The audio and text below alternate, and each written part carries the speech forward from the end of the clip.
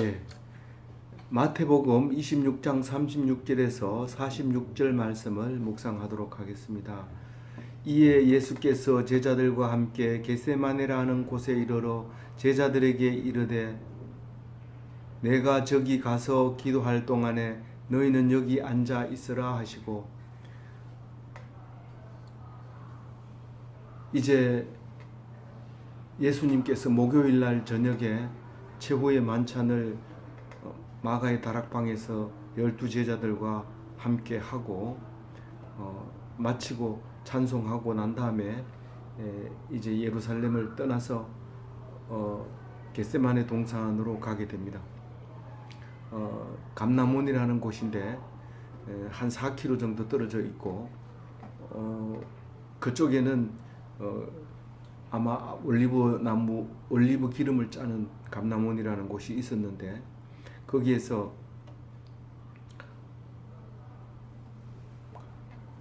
잠을 자고 낮이면 예루살렘에 가서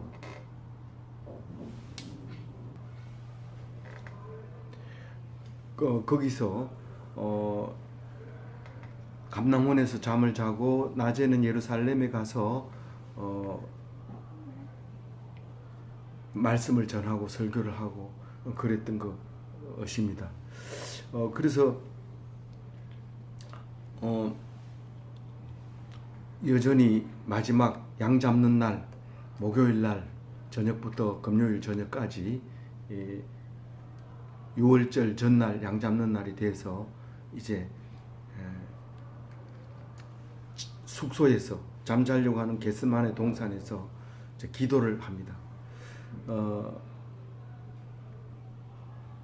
십자가를 앞에 두고 이제 몇 시간 안에 체포될 텐데, 그렇게 되면 이제 다 흩어지게 될 것인데, 그런 생각으로 기도하려고 제자들을 데리고 가서 앉혀놓고 세 사람만 데리고 이제 좀 멀리 떨어져서 기도하러 갑니다. 37절에 베드로와 세베대의 두 아들을 데리고 가실새 고민하고 슬퍼하사, 베드로와 야고보와 요한을 데리고 가죠. 베드로는 교회의 반석이 됐고, 세베대의 두 아들은 야고보와 요한이었는데, 야고보는 그 어머니가 하나는 좌편에 하나는 우편에 앉게 해달라고 했을 때 그 말씀이 이루어진 것처럼 야고보는 예수님을 닮아 예루살렘에서 제일 먼저 순교하게 됩니다. 요한은 늦게까지, 젊었기 때문에 아주 늦게까지 사역을 합니다.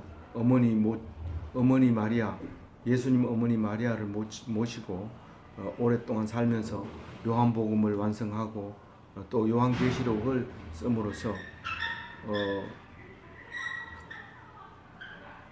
두 사람이 예수님의 사역에 아주 중요한 역할을 하고 있었습니다. 그런데 그 기도할 때 고민하고 슬퍼하사 그랬습니다. 이 고민한다는 것은 이제 내가 가면 목자 없는 양같이 유리방황할 이 양들, 제자들을 생각하고 또 본인이 이 십자가에서 당할 고난, 저들을 위하여 이제 내가 원망하지 않게 해달라고 기도하면서, 내가 견딜 수 있게 해달라고 기도하면서, 끝까지 원망하지 않고 하나님만 바라보게 해달라고 기도하면서 완전하게 하나님께 맡겨지는 삶을 살게 해달라고 기도를 했을 겁니다. 그리고 슬픔이 이별의 슬픔이지만 또 제자들은 또 오해한 부분들도 많이 있을 테고, 또 배신할 제자들도 있을 텐데, 이런 것들을 생각하면서 굉장히 이 고민과 슬픔이 있었다는 것입니다. 그래서 이렇게 얘기합니다. 38절, 이에 말씀하시되 내 마음이 매우 고민하여 죽게 되었으니 너희는 여기 머물러 나와 함께 깨어 있으라 하시고 그럽니다. 그, 그 고민과 그 슬픔이 죽을 정도가 됐다고 얘기를 합니다. 그러면서 너희들은 여기 머물러 있어서 한참 조금 떨어져 있는 곳에서 내가 기도할 텐데 나하고 같이 기도해달라. 기도의 협력을 부탁을 하고 있는 것이죠. 이렇게 하시는 말씀을 지금 현재 우리는 들어야 됩니다. 예수님께서는 지금도 우리를 보고 기도를 하기를 원하고 계십니다. 물론 우리가 기도를 안 해도 예수님은 기도하고 계시죠. 그렇지만 우리를 보고 기도를 요청하면서 너의 기도를 내가 들었다라고 얘기를 하게 되는 겁니다. 이 수제자 삼총사 베드로, 야고보, 요한에게 기도를 하면서 예수님은 얼마나 힘들게 기도하는지 죽도록 기도하십니다. 다른 성경에 보면 누가복음 22장 44절에 보면 땀이 흐르는데 기도하는데 땀이 흐르는데 핏방울처럼 같이 떨어진다고 얘기를 합니다. 땀은 이 농도가 피보다 낮아서 이렇게 줄줄 흐르지만 핏방울은 이렇게 굵은 방울을 뚝뚝 떨어지게 합니다. 피를 흘린 것처럼 이 누가가 볼 때는 그 피를 토하는 기도를 했다는 것으로 표현을 하고 있는 것이죠. 그렇게 기도하면서 기도 협조를 했지만 결국은 기도를 못하는 것을 볼 수 있죠. 얼마나 그 간절한 기도를 하는지 39절에 이야기를 합니다. 조금 나아가사 얼굴을 땅에 대시고 엎드려 기도하여 이르시되 내 아버지여 만일 할만하시거든 이 잔을 내게서 지나가게 하옵소서. 그러나 나의 원대로 마옵시고 아버지의 원대로 하옵소서 하시고, 이 얼굴을 땅에 댄다는 것은 지극히 낮춰서 이제 모든 것을 100% 맡기겠습니다. 이제 그런 의미를 가지고 있죠. 그런데 기도는 항상 나의 소원을 먼저 얘기하고 그리고 하나님 뜻대로 해주십시오 이렇게 기도를 해야 올바른 기도고 가장 본이 되는 기도입니다. 그렇지 않을 때는 우상에게 내 소원만 쭉 얘기하고 들어주려면 들어주고 말라면 마세요 이렇게 하면 그 우상한테 기도하는 것보다 더 못하는 그런 기도가 되죠. 근데 오늘 겟세마네 기도를 우리가 보면 가장 낮은 자리에서 내가 소원을 절실하게 얘기하고 그리고 내 뜻대로가 아니라 아버지의 뜻대로 해달라고 기도를 합니다. 만약에 그렇게 안 할 수 없다면 내가 십자가를 지겠습니다. 그런 말이죠. 이걸 고난의 잔이라고 얘기하는데 술잔을 이렇게 돌아가면서 마셔야 되는데 술을 못 먹는 사람은 그 잔이 굉장히 힘듭니다. 그래서 우리가 학교에서 모이거나 이렇게 모이는 자리에 높은 자리에 있는 분이 술잔을 이렇게 돌리면 제일 힘들어집니다. 내한테 잔이 올까봐. 근데 그 잔을 받아서 기도하면은 자네는 교회 다니지 그러면서 넘어갔던 그런 것이 한두 번도 아니었습니다. 근데 기도를 안 하면 그냥 뭐 할 수 없이 의무적으로 마시게 되거나 그렇게 함으로써 그 본분을 잃어버릴 때가 가끔 있었던 것이죠. 우리는 이 진노의 잔으로 표현합니다. 성경은 진노의 잔을 구약에서도 늘 그렇게 얘기합니다. 그래서 이 고난의 잔, 진노의 잔을 피할 수 있으면 피하게 해주십시오. 예수님은 그 십자가를 질 줄을 알고 있었기 때문에 이제 잡으러 오면 져야 되는데 만약에 이 기도로 말미암아 지나가게 한다면 나는 십자가를 안 질 수 있으면 안 지겠습니다. 그러나 질 수밖에 없다면 한 아버지 원대로 해주십시오. 라고 기도를 합니다. 그런데 오니까 제자들이 이 기도를 안 하고 있어요. 40절에 제자들에게 오사 그 자는 것을 보시고 베드로에게 말씀하시되 너희가 나와 함께 1시간도 이렇게 깨어 있을 수 없더냐. 뭐 1시간이라서 60분을 얘기하는 것이 아니라 잠시도 쉴 수 없더냐 그걸 그죠. 그러니까 우리는 늘 기도를 기회만 있으면 기도를 안 합니다. 아니면 혹시 기회만 있으면 기도를 하든지 늘 기도를 못 합니다. 사무엘이 기도하는 죄를 범치 않겠다 그렇게 했는데 우리는 기도를 안 하면 죄인입니다. 결국은 죄인으로서 우리를 보여주고 있는 것이죠. 41절에 시험에 들지 않게 기도하라. 마음에는 원이로되 육신이 약하도다. 다 알고 있어요. 우리는 마음으로 예수님을 닮아서 기도하고 싶지만 땀이 피처럼 흘려질 수 있도록 진액을 흘려서 기도하고 싶지만 그건 마음뿐이고 행동은 그렇지 않습니다. 이 마음은 그 육신은 얼마나 약한지 먹는 욕심, 성욕, 물질에 대한 욕심, 명예에 대한 욕심, 장수에 대한 욕심, 편안하려고 하는 욕심, 즐거우려고 하는 욕심, 이런 욕심들이 너무 강력하게 지배하기 때문에 깨어 있을 수가 없게 되는 것입니다. 그래서 얼핏 보기에는 우리가 굉장히 지혜로운 것 같지만 그 육신의 한계를 벗어날 수가 없습니다. 동물의 왕국을 보면 하이에나가 있는데 이 하이에나는 그 어떤 동물보다도 협동심이 강하고 그 조직의 그 협력이 강합니다. 해야 되겠다고 생각하고 그것을 한다 그러면 떼거리로 달려들어서 힘센 사자가 사냥해 놓은 것도 뺏어 먹고 호랑이도 사냥해 놓은 것까지 뺏어 먹는 게 하이에나입니다. 실제로 약하지만 협동심 때문에 그렇게 할 수 있었던 거죠.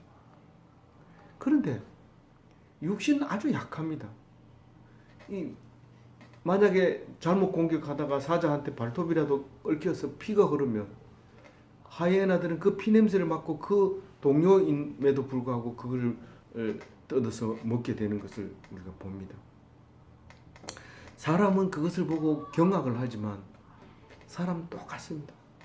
그렇게 가르쳐주고 데리고 다니면서 훈련했던 제자도 공중권세에게 딱 권력을 내주는 순간 공중권세에 달라붙어 버립니다. 제자들이. 오늘 그 말씀을 하고 있는 거죠. 육신은 아주 약합니다. 명예욕, 권세욕에 꼼짝 못하는 모습을 보고 있습니다. 또 한 가지 이 기도는 그러니까 우리의 소원을 말하고 그러나 내 뜻대로 마옵시고 하나님 뜻대로 하옵소서 그렇지 못할 경우에는 그렇게 해달라고 얘기하지만 42절을 말하는 거 보면 같은 기도를 한 번만 하는 게 아니라 우리는 뭐 기도했으니까 하나님 뜻이면 들어주실 거고 안 들어주면 안 들어주 아니겠지. 하나님 뜻이 아니겠지. 그게 아닙니다. 소원을 끝까지 밀어붙여야 됩니다. 사실 예수님도 안 지겠다고 하면 안 집니다. 그런데 적극적으로 하나님께 매달렸기 때문에 네가 져야 된다는 메시지를 듣게 됨으로써 지게 되는 거죠. 십자가를 지게 되는 거죠. 우리는 이게 중요한 기독교의 기도입니다. 이 우상들이 하는 거나 절에서 하는 기도는 이것과 다르다는 것을 알아야 합니다. 그래서 우리는 예수님이 두 번째로 똑같은 기도를 합니다. 만일 마시지 않고 이 잔이 내게서 지나갈 수 없거든 아버지 원대로 되기를 원합니다. 우리가 기도하면서 아버지 뜻대로 해주세요. 아버지 뜻대로 해주세요. 그냥 하는 게 아니라 내가 이렇게 하기를 원합니다. 그러나 그것을 지나갈 수 없으면 하나님 뜻대로 해주세요. 이렇게 기도를 해야 됩니다. 근데 그걸 한 번만 하고 치우는 게 아니라 계속해서 우리는 간절하게 기도를 해야 된다는 겁니다.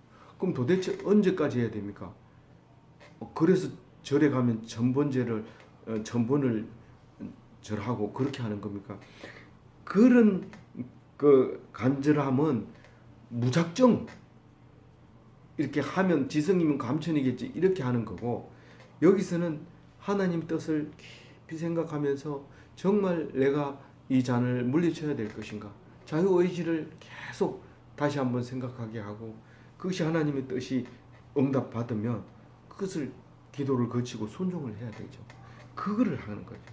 세 번째 기도를 하는입니다. 이 두 번째 기도하고 다시 와서 보니까 또 자고 눈이 피곤한 거예요. 그 가슴 아프지만 어쩔 수 없어요. 이 제자들이 그 기도를 안 따라해도 야단치지 않고 그냥 놔둡니다. 그리고 놔두고 그냥 가서 세 번째 기도를 하고 난 다음에 와서는 이제 45절에 이제는 자고 쉬어라. 이제는 자라. 지금까지도 졸고 있었지만 그래도 이제는 편안하게 자라. 그렇게 하면서 때가 왔다고 얘기를 합니다. 다시 말해서 내가 이제 기도했더니 이제 네 권세를 그만 쓰고 이제 공중권세 잡은 자에게 물려줘라. 이제 공중권세 잡은 자에게 권세가 넘어간다. 지금 이제 예수님의 권한에서 이제 그 세상 권세로 넘어갑니다. 누가 세상 권세를 가지고 있어요? 대제사장, 사두개인, 바리새인, 서기관들, 장로들 이런 사람들이 권세를 가지고 있습니다. 산헤드린 공회원들이. 그 사람들이 군인들을 보내서 예수를 체포하러 보낼 겁니다. 그러면서 인자가 죄인의 손에 팔리느니라. 이 9명의 제자가 12명의 제자 중에 3명을 가고 9명만 멀리서 있었을 것 같은데 사실 거기 8명이 있었던 거죠. 한 사람은 가룟 유다가 지금 대제사장을 만나러 간 거죠. 거기서 은 30세겔을 받고 내가 예수가 어디 있는 곳을 아니까 여러분들은 예수가 누군지 모르니까 내가 가서 입을 맞추는 사람이 예수니까 군대들은 그때 붙잡아라. 그렇게 약속을 하고 갑니다. 나중에 이제 예수님이 알고 나와서 유다를 보고 어쩐 일이냐? 네가 할 일을 행해라. 그러니까 예수님 라삐아 안녕하십니까? 그리고 안고 입을 맞추고 사람들이 군대들이 대들어서 체포를 합니다. 그럴 때 베드로가 칼을 가지고 군대 중에 한 사람의 귀를 잘라버립니다. 그럴 때 예수님이 칼을 사용하는 자는 칼로 망한다. 내가 천군 천사를 동원할 능력이 없어서 그냥 두느냐. 그렇게 하면서 그 떨어진 귀를 주워서 말고의 귀에다 붙입니다. 말고가 귀가 붙어버렸습니다. 그런 이야기가 뒤에 있게 됩니다. 그래서 붙들려 가서 목요일날 저녁에 원래는 야간에 산헤드린 공회가 열리지 않습니다. 근데 이 십자가에 달려가지고는 오랫동안 이게 숨이 붙어 있기 때문에 아침 일찍이 달아야 안식일 전에 6월절 전에 죽게 됩니다. 안식일에는 안 죽이려고 그렇게 새벽에 오기 전에 회의를 열어서 죽이는 걸로 결판을 내고 아침 9시에 예수님이 십자가에 달리고 12시에 깜깜하기 시작해서 3시까지 깜깜하다가 3시에 운명하게 됩니다. 그날이 이번 돌아오는 부활절인데 그때 금요일날 저녁에 십자가에서 돌아가시고 장사 지내고 그리고 안식일을 지낸 다음에 주일날 새벽에 3일 후에 주일날 새벽에 부활하십니다. 그리고 500명 정도의 그 제자들에게 보여주시고 그리고 하늘로 올라갑니다. 그리고 지금도 살아 계셔서 하나님 우편에 앉아 계시고 우리가 순교할 수 있도록 기다리고 계십니다. 그 순교자의 수가 찰 때까지 기다렸다가 나중에 그 수가 다 차면 하늘에서 내려오셔서 잠자던 자들과 함께 공중에서 만나서 이 나라를 하나님께 바치고 우리는 선악과 따먹기 이전 상태로 돌아가서 하나님과 이야기하면서 그렇게 영원히 살 수 있게 되는 날이 오게 되는 것입니다. 오늘 예수를 파는 가룟 유다를 통해서 예수님이 팔리지만 우리가 무거운 것은 가룟 유다 때문에 마음이 무거울까 걱정됩니다. 그러나 이 성경 말씀을 듣고 읽는 사람은 절대로 가룟 유다가 아닙니다. 왜냐하면 가룟 유다는 똑똑한 사람입니다. 아니 나도 똑똑한데요. 아닙니다. 똑똑한 사람은 모릅니다. 자기가 가룟 유다인지 모릅니다. 그러니까 가룟 유다가 될까봐 걱정하지 않아도 됩니다. 똑똑하고 능동적이고 실력이 있고 권한이 있는 사람이라야 가룟 유다가 될 수 있습니다. 우린 다 내려놓으면 자동으로 하나님이 가룟 유다 안 하게 합니다. 만약 가룟 유다라고 확신을 하면 예수님 말씀을 생각하면 됩니다. 예수님, 가룟 유다 같은 나에게 나를 위해서 십자가에 지셨군요. 나는 당신을 팔았는데 당신은 나를 위해서 죽는군요. 그리고 그런 마음이 들면 사도 바울보다 훨씬 훌륭한 사람이 됩니다. 사도 바울은 예수 믿는 사람을 핍박하다가 목숨 걸고 예수 믿었지만 이 가룟 유다는 잘생기고 실력 좋고 예루살렘 사람이었고 그렇다면 충분히 사도 바울보다 능력이 있었겠지만 그게 생각이 안 나서 목 메어서 죽게 됩니다. 그래서 목이 메어서 죽은 게 아니라 그 목에 맸던 줄이 떨어져서 창자가 터져가지고 죽게 됐어요.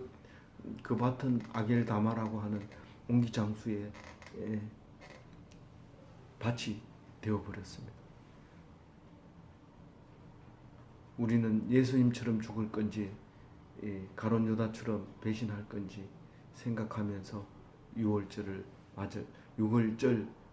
토요일을 지나서 부활절을 맞이하는 귀한 성도들의 축복받는 성도가 다 되시기를 주님의 이름으로 축원드립니다.